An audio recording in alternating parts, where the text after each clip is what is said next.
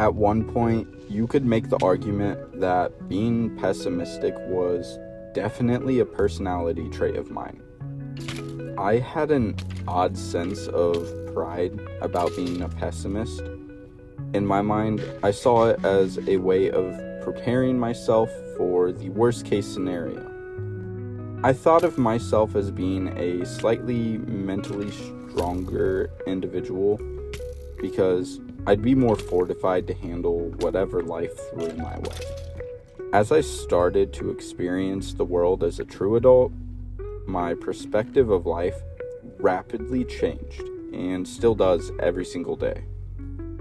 The stress and difficulties begin to show, and you realize that it's on yourself to truly persevere. Not to mention, as you all know, the 2020s decided to scale the difficulty of life to the magnitude of Dark Souls. Right when myself and fellow Gen Zers are trying to figure out how to even navigate adulthood. Next thing I know, I'm not prepared for anything. I'm an absolute mental wreck, and worst of all, I'm even more pessimistic. To the point that my entire outlook on life is almost completely negative. Changing how to view life is absolutely necessary for myself and everyone else around me. Therapy also isn't an option because it is so damn expensive to get a therapist. So I had to take it upon myself to figure out this situation. I'd like to point out that while I am feeling better lately, I still have a lot of work to keep doing. Also, I am in no way a professional on mental health. I'm just giving my experience and how I've begun to better my outlook, mental health, and positivity. Maybe someone out there can relate or take some positivity or inspiration from this video. Because sometimes it feels as if I'm completely rewiring my brain. Definitely not easy. I want to give out ideas on how I've helped myself become a more positive aura in this world. The first thing I did when I realized I needed to stop the pessimistic attitude and negative outlook on life was finding a hobby. It's simple as that. Listen, if you find a hobby that you truly enjoy doing, then you can spend a lot of your free time focusing on that, and it really distracts you from any noise that is negative. It's a good way to relieve stress if you've had a bad day at work. You know, maybe that hobby could turn into something more than you could ever imagine, you know? It could become more than a hobby. Maybe it helps you find your passion in life. Who knows? Your hobby could become anything you want it to be. Point is, I recommend for anyone out there, if you are just struggling with anything in general, mental health wise, finding a hobby is just a good way to go about things. At least getting to the beginning of trying to get out of a rut or that pessimistic attitude. For me personally, I started YouTube. That's what I'm doing now. And it was super intimidating at the beginning, and honestly, I was not in the mood to even find a hobby. I kind of forced myself to be like, hey, do something on your free time, you know? Make something worthwhile. Find something you truly enjoy. Like, yeah, I enjoy playing video games, but oftentimes I found myself just scrolling through Game Pass, looking at different games, playing a new game for like 10 minutes, and then ditching it and never touching it again. So I decided, hey, I'm gonna make a YouTube gaming channel. I found a hobby. Right now, I'm really enjoying doing YouTube. Like I said, it's a great way to get away from the stresses in life and the negative aspects of all sorts of stuff. Definitely worth it. So yeah, find a hobby. Get out there. Do something. It doesn't just have to be gaming. It can be anything. Just find something you truly enjoy and stick to it. And listen, if you're in a negative mindset, it might be a struggle, but I promise you it will be worth it in the long run. I've always been an outside guy. I've grown up spending most of my free time outside, from childhood into my late high school years. Childhood, me and my cousin would explore a lot in the woods out by my grandma's house, and it's just insane how much fun you can have just spending outside as a child. A lot of children don't experience that anymore. They are stuck behind their iPads, TVs, games. And listen, I also grew up playing a lot of video games, but I grew up spending a good chunk of my time outside, if not a majority of it. It's very important to go outside. And if you're on the younger side of Gen Z, you probably didn't spend a lot of time outside, if I had to guess, just because you were there during the prime time of social media, the internet, everything, YouTube, all of it. So you didn't spend a lot of time outside, maybe. I grew up loving outside, playing outside. A good escape for myself was going outside. And then even during high school, granted, this is around the time when technology and the internet age was really taking off, I still spent a lot of my time outside, along with my friends and cousin. We would longboard a lot, we would walk, we would explore abandoned places, woods. We would just hang out, go find new interesting spots to chill and hit our vapes like the heathens we were. It was a good time. Now, like as an adult, as life has gotten more busy and more stressful, you kind of lose track of spending even an hour a week outside, you know? I realized how little I've been going outside the past year or two, so I've made it my goal to spend at least 4 or 5 hours a week outside. I'll go on walks, I'll maybe go find some local trails, longboard if I'm given the opportunity. And listen, you don't have to spend your whole day outside, but personally, I've found that going on these walks and trails gives my head clarity and just a sense of peace and clearness that I feel like I've lost because of technology, because we're so attached to our phones. And I'm kind of rambling here, but I just want to say, like, phones, technology, all of that has really dampened people's mental health, and I contribute a lot of that to the fact that people don't spend time outside much anymore. So go outside, listen to the locusts, the wind blowing the leaves, just breathe the fresh air. It's good for you, I promise. You will begin to see immediate results when it comes to your mental health and feeling more positive about the world when you go outside and just experience what it has to offer. This next one isn't inherently positive, but let's be honest with ourselves. Life is not perfect in the slightest. You honestly just have to accept that shit sucks, whether it be sometimes or most of the time.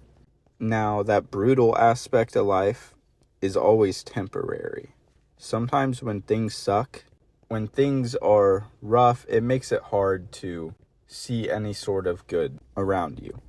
Honestly, I've realized with myself, I just have to accept that things are bad sometimes, and you can't do anything about it.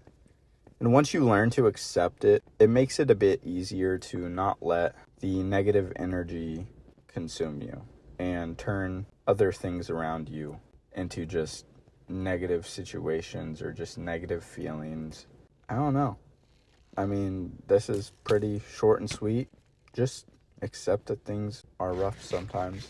That has definitely been very pivotal in helping me get rid of my pessimism and have a better outlook on life. Try your best to be nice to everyone, even the worst of the worst. We all have that coworker that is just the bane of our existence. The coworker that we dread to work with, and anytime we see that we're scheduled with them, we're mentally preparing ourselves for a potentially bad day.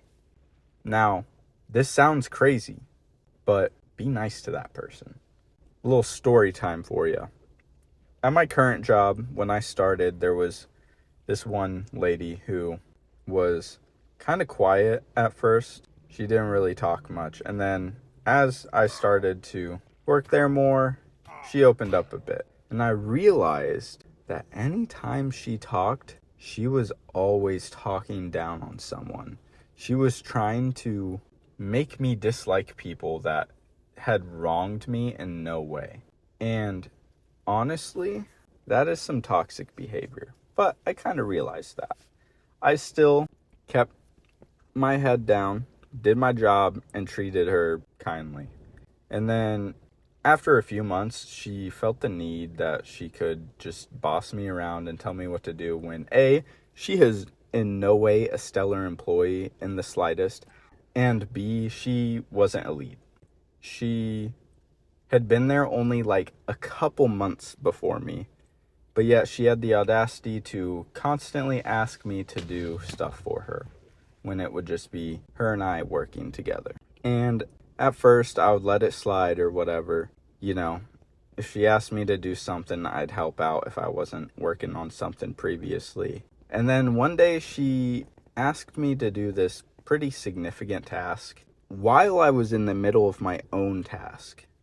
She just didn't want to do the task. And finally I said something. I was in no way rude. I was just like, hey, I don't want to be sounding mean, but you're not my lead. You're not my boss. I'm currently working on something. You can finish that yourself. I was like, I don't really appreciate you asking me to do things for you because it seems to have become a regular thing for you. And she lost her mind. She left me back in the work area alone to deal with so much workload. A workload that 4 of us should have been working on, but there was only 2. And then she left it to be just me. And she complained to HR saying I harassed her, blah, blah, blah, blah, blah, blah. And they're like, all right, well, just, you don't have to work back there tonight. I was pretty livid, I'm not going to lie. I was like, man, I got left all this work because she decided to say I harassed her. And HR never took a report. They never talked to me or anything. So I kind of assumed they took it with a grain of salt. And they're like, whatever. Like, from what I was aware of, she commonly complained about all of her coworkers. From that point on, she would try and get people to look at me in a negative light, and we hired a couple of new employees, and she would tell them that I was the worst, I was mean, I'll make you do everything, blah, blah, blah. And finally, one of the new coworkers was talking to me and was like, hey, you're so nice. Like, that is not what this person told me when I got hired. And I was like, yeah, I mean, she's kind of like that, but I just ignore it. Anyways, she would try and make everyone not like me. And eventually people caught on to what she would try to do. People started to avoid her because that's some toxic behavior. And she ended up leaving because she felt like everyone in the workplace didn't like her, which wasn't the case. It was just people didn't really want to talk to her because she wasn't very trustworthy. Anyways, be nice to everyone, even the mean person, because you'll just feel better about yourself, and also it's just good to be positive and nice to everyone around you. One thing I want to kind of touch on before I end out this video is talk to people, talk to new people. It is important to keep that social aspect of human nature alive and well, especially, like I said earlier, with technology. We've really started to lose a lot of social cues, a lot of social natures. That's just not good.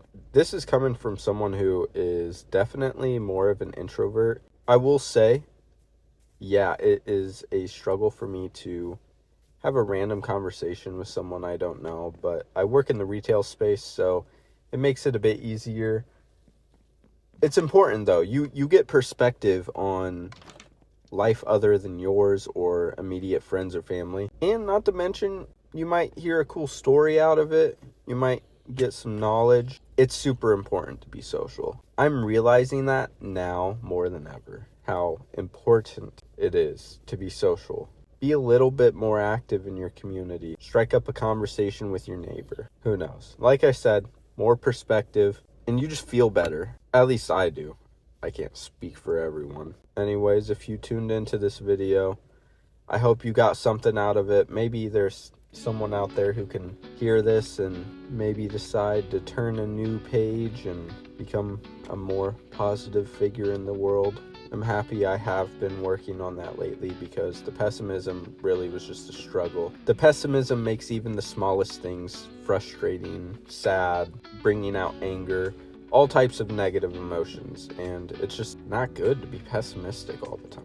So yeah, thank you for tuning in. I hope you subscribed. Feel free to comment below, like the video, all the typical YouTuber stuff. Anyways, have a good night. See ya.